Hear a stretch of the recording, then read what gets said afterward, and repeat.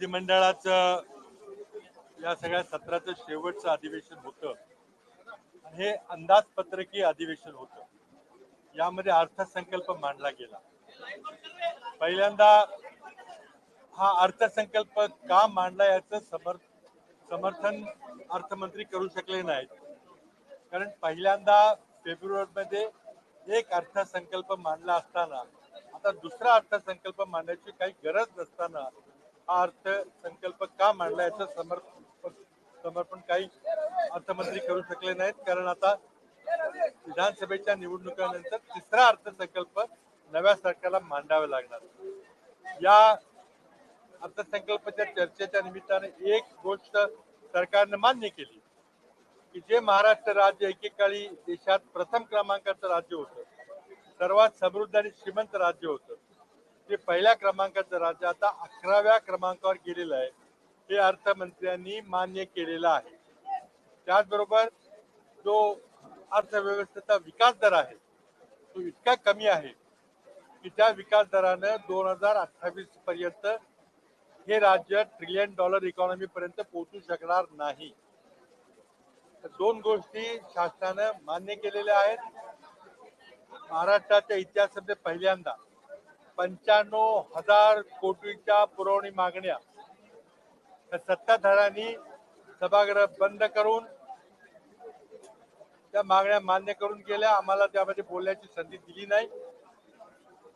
त्यामुळे आता राज्य हे कर्जबाजारी झालेलं आहे.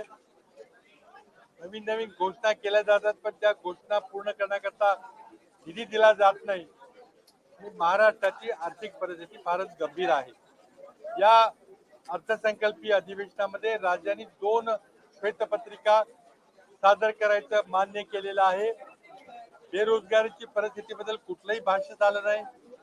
सरकारने किती नवे उद्योग आले, किती रोजगार निर्माण झाले काही सांगितलं नाही.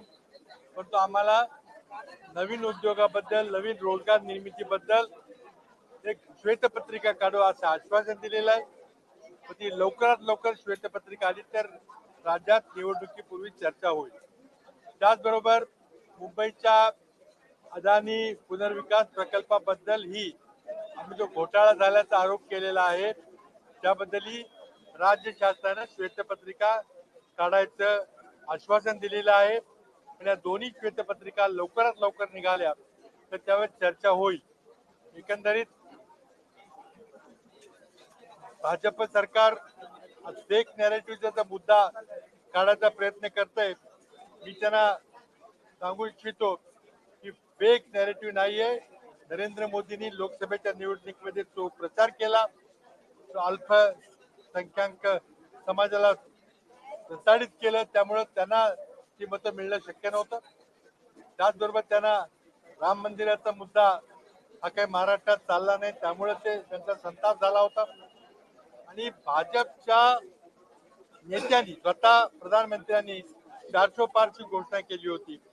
भाजपच्या ज्येष्ठ खासदारांनी आम्हाला 2/3 बहुमत मिळालं तर आम्ही संविधान बदलणार आहे हे सांगितल्यामुळं संविधान बदलायचा मुद्दा चर्चेत आला. तो निवडणुकीचा मुख्य मुद्दा बनला. तो कुठलंही आमचं फेक नॅरेटिव्ह नव्हतं.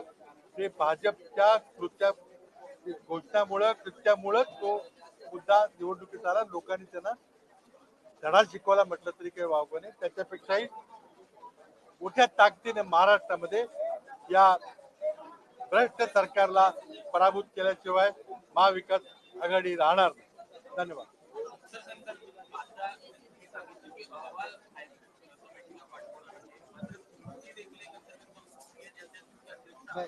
या शिस्तपालन समितीकडे या गोष्टी येत नाहीत.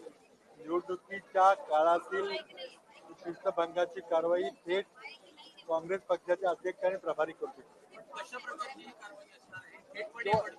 जेव्हा होईल तेव्हा तुम्हाला समजेल.